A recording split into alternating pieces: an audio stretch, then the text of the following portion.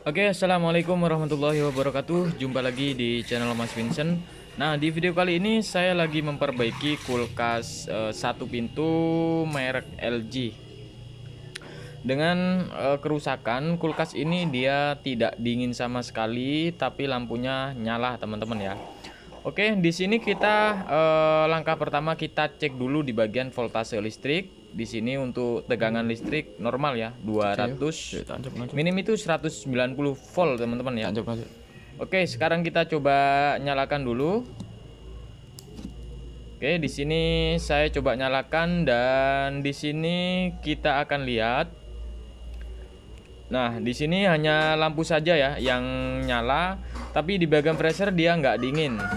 Nah, ini teman-teman bisa dengar ya. Di sini nggak ada suara desis atau nggak ada suara gemericik, artinya hening. Itu tandanya mesin kompresor ini dia tidak bekerja. Dan untuk pengaturan suhu di sini full, teman-teman ya. Jadi ini pengaturan suhunya sudah full, tapi kenapa di bagian mesin kompresor dia nggak mau jalan atau nggak mau hidup, cuman panas saja, biasanya kadang cetak-cetik terus ya. Oke, sekarang kita cabut dan kita lihat untuk di bagian mesin kompresornya apakah ada kerusakan di bagian mesin kompresornya, teman-teman. Nah, di sini di bagian belakang itu yang warna hitam ini itu mesin kompresor yang bekerja ya untuk mendorong freon. Nah, di sini ada kotak ya. Artinya kalau misalkan di kulkas LG itu pasti ada tempat kotak seperti ini. Itu ada kapasitor ya. Biasanya kalau kulkas LG itu memakai kapasitor starting, kadang-kadang juga ada yang memakai kapasitor starting dan kapasitor running. Tapi di sini kita lihat ya, apakah menggunakan kedua-duanya atau tidak, teman-teman. Nah, biasanya kalau kerusakan seperti ini biasanya kapasitor yang sudah mulai mati atau ada kabel putus atau overload dan relaynya ya, kita cek sama-sama. Jadi teman-teman bisa lakukan sama seperti di video ini, teman-teman. Oke, di sini sudah saya buka. Nah, ini ada kabel putus, teman-teman ya. Jadi ada kabel putus di sini memakai kapasitor starting, artinya dia memakai starting aja. Jadi startingnya ini dia putus sehingga untuk mesin kompresor biasanya hanya dengung atau mati saja nih, teman-teman. Nah, ini kita coba bongkar dan kita sambung kembali ya. Dan nanti kita akan lihat di bagian overload dan relaynya apakah rusak atau enggak. Oke, di sini sudah saya sambung untuk kabel yang tadinya putus, teman-teman ya. Nah, ini kita sambung. Biasanya setelah kita sambung biasanya mesin kompresor ini nyala kalau misalkan overloadnya yang nggak putus, teman-teman. Tapi kadang-kadang ya ada yang putus, ada yang udah rusak, teman-teman ya. Jadi kita coba lihat dulu. Nah, ini kita coba lihat dulu, kita coba nyalakan ya. Kita coba nyalakan, siapa tahu overloadnya masih kita selamatkan atau masih bagus. Oke, di sini nggak ada ya. Kita coba lihat dulu untuk pengaturan suhu. Kita coba on off kan ya. Artinya kita off kan dulu, kemudian kita on kan ya. Oke, sebentar. Nah, di sini sudah kita, jadi untuk pengaturan suhu kita putar-putar aja, on off kan ya. Siapa tahu ada yang nggak connect ya. Oke, sekarang kita coba nyalakan. Bismillahirrahmanirrahim. Nah, ini masih belum ada tanda-tanda ya. Jadi masih ada tanda-tanda bahwa mesin kompresor ini hidup atau enggak. Oke, sekarang kita lanjut cek di bagian overload dan relaynya ya. Biasanya kalau yang seperti ini biasanya overloadnya ya yang rusak atau putus. Oke, yang pertama kita buka dulu di bagian relaynya, jangan overloadnya nanti patah. Nah, kita buka seperti ini menggunakan obeng. Oke, ini udah saya lepas. overload di sini juga sudah terlepas. Oke. Nah, ini kita cek ya teman-teman ya. Jadi kita cek. Saya menggunakan tang ampere avometer. Kita cek di bagian overload dan relaynya. Ini relay starting. Oke, sekarang kita cek di bagian overload. Apakah nyambung atau enggak? Wah, ini enggak nyambung. Enggak nyambung. Jelas ini putus. Ini overloadnya putus ya. Jadi kita ganti nanti. Nah, ini ya. Ini putus, udah enggak nyambung. Nanti kita ganti ya. Untuk pergantian usahakan yang sama untuk upload kulkas satu pintu. Dan untuk relay ya. Jadi untuk relay ini kita colokin aja. Ini pasti nggak ada masalah sih sebenarnya kalau relay ini.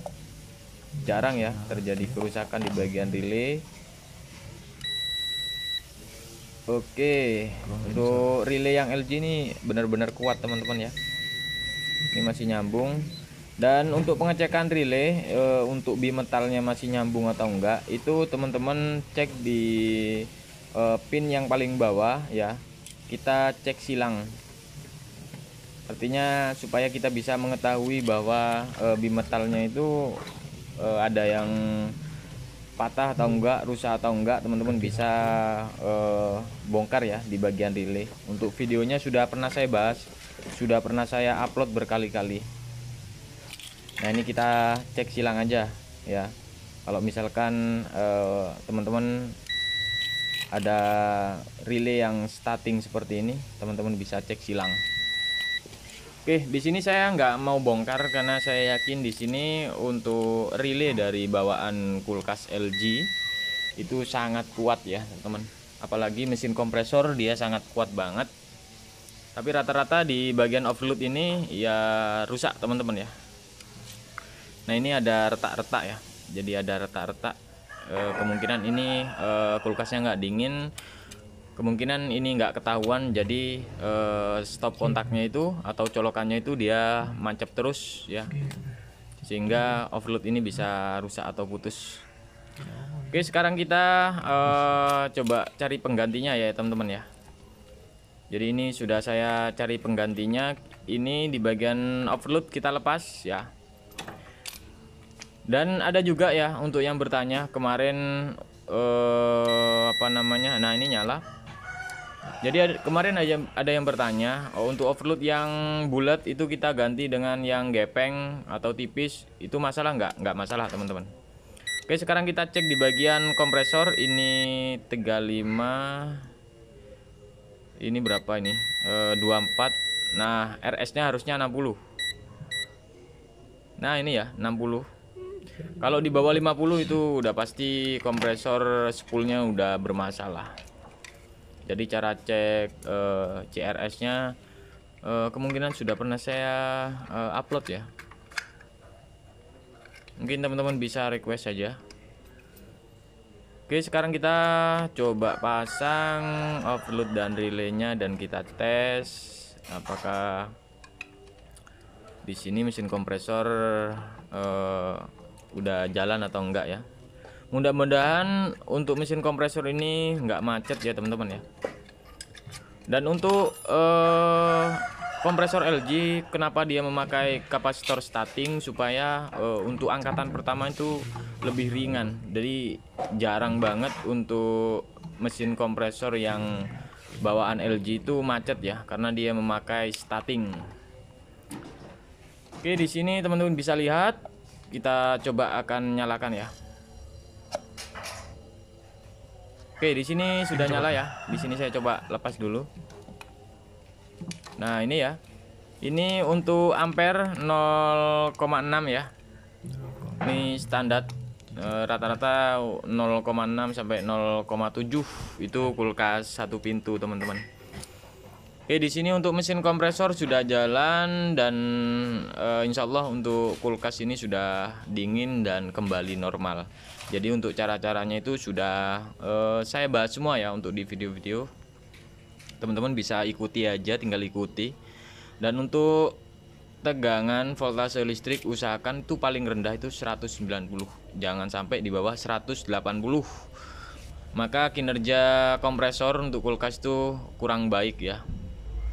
Oke, sekarang kita coba lihat dulu ya. Jadi kita lihat setelah mesin kompresor ini sudah jalan, apakah di bagian pipa kondensor ini udah mulai panas, filter juga panas ya. Sekarang kita coba lihat di bagian evaporator. Nah, di sini kita bisa lihat ya. Nah, untuk di bagian evaporator, di bagian freezer di sini sudah ada suara ya, artinya suara desis atau gemericik ya.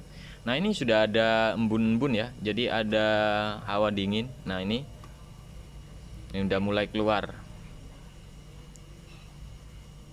Nah, ini ya. Jadi ini sudah mulai kembali normal teman-teman ya. Oke, mungkin itu aja ya untuk video kali ini. Semoga video ini bisa bermanfaat untuk teman-teman semua, baik itu yang mau belajar, baik itu pemula juga. Dan jika teman-teman ada pertanyaan, silahkan tulis di kolom komentar teman-teman ya. Jangan lupa dukung terus untuk channel ini supaya nggak ketinggalan. Jangan lupa like dan subscribe. Wassalamualaikum warahmatullahi wabarakatuh.